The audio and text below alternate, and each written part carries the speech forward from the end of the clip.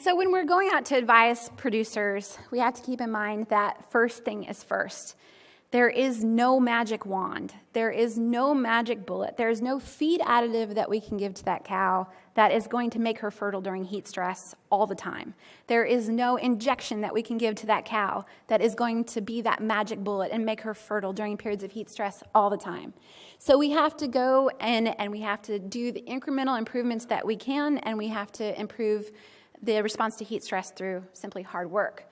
So as we're going into this situation, we need to find out first what the producer's goals are. And one of the primary questions we need to figure out is, does that producer need to replace or to produce replacement animals? Because that will determine whether or not we can utilize crossbreeding. That can determine whether or not that producer might want to utilize sex semen or use embryo transfer as an option to breeding the cows. Also, given the data, the recent data that comes from my laboratory, it makes us wonder whether we even want to keep those heifers that might be conceived during periods of heat stress. Once we determine what the producer's goals are, though, we need to look at the current cooling mechanisms that are already being used on the farm. Because I don't know if it's this way where you're from, but in the United States, we need to look at this very closely because we need to determine whether or not they're being used properly and efficiently. Especially the location of those cooling mechanisms. I've been on plenty of farms where the cows were comfortable and cool in the freestall barn. But when the cows went to the milking parlor, they had to stand for 3 to 4 hours in the holding pen where there was not proper ventilation or not proper cooling mechanisms. So we need to pay attention to all of those locations, the timing and the duration of the use of those cooling mechanisms, and then finally, whether or not there's going to be compliance on that farm. And given the climate and or the labor availability for each individual producer, we then need to determine what would be the most effective improvement that we can recommend for them. And this could be any number of things that we'll discuss just a few in the next couple of slides.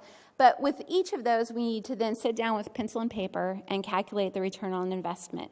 Because even though I might be able to increase a herd's production by an average of 10 pounds or about 5 kilos, over the course of a month, maybe that doesn't pay off for them.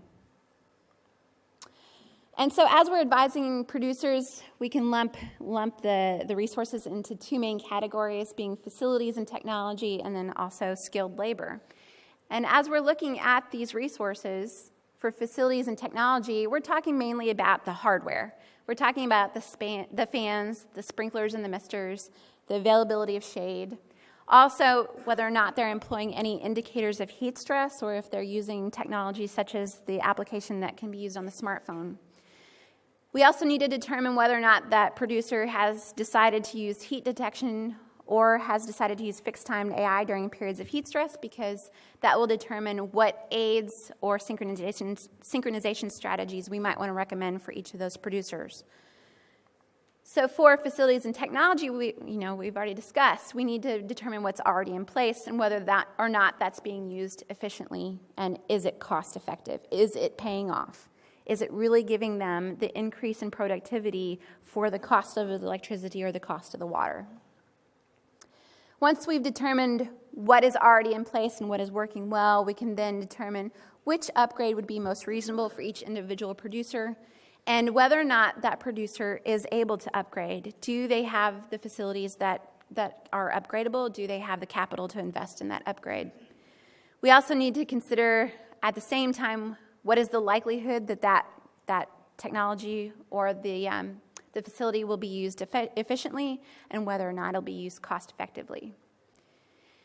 For skilled labor, we need to look at whether or not the producer has skilled inseminators, whether or not there's availability of an embryo transfer technician, whether or not it's possible to aspirate those follicles at the beginning of the fall so that we can encourage the turnover of the dominant follicle on that ovary and get rid of those damaged ones.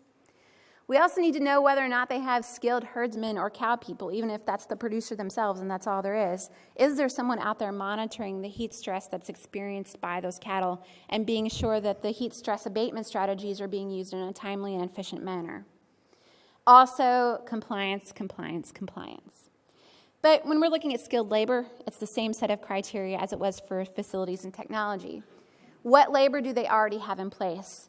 What are they really good at? What can their people do really well? Are those people being used efficiently? If I have someone that is capable of very effectively doing embryo transfer, are they instead out on the skid steer pushing around piles of manure? That's not a very good use of their people. Are those people being used cost effectively?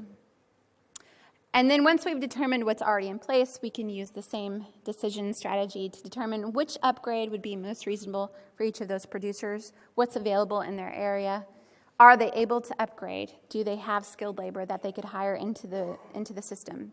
And what's the likelihood then that those people will be used efficiently and cost effectively?